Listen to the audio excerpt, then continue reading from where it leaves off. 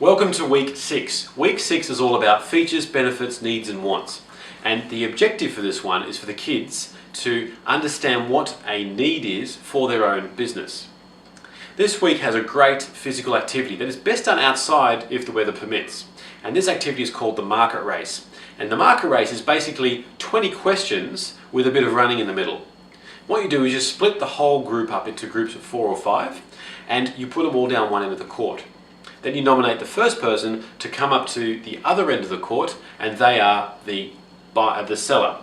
The rest of the team are the buyers.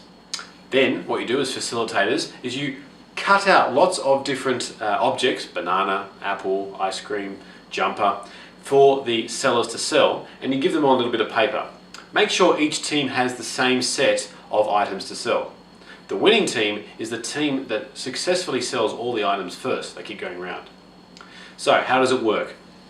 When the game starts, the first buyer runs up to the seller and goes through a mini 20 questions game. They ask 20 questions, or as many questions as it takes, for them to guess what the object that the seller has. The seller is only allowed to answer yes or no each time.